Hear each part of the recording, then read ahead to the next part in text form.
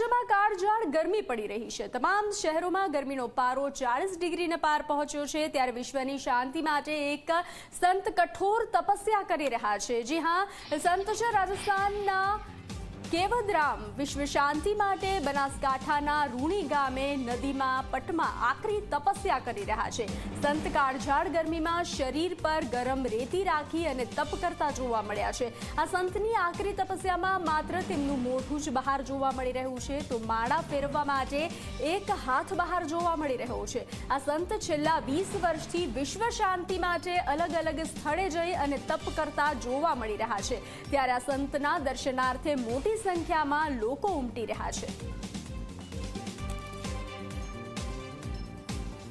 આ બાપ શ્રી કેવદારામ 20 થી 25 સાલ આ જમીનમાં દમદમજી રેતીમાં તપસ્યા કરી છે વિશ્વની શાંતિ માટે, અને આજુબાજુના ગામના સબ બાપશ્રીના દર્શન કરવા આવે છે અને 1 કલાક બાપશ્રી રેતીમાં તપસ્યા કરે છે।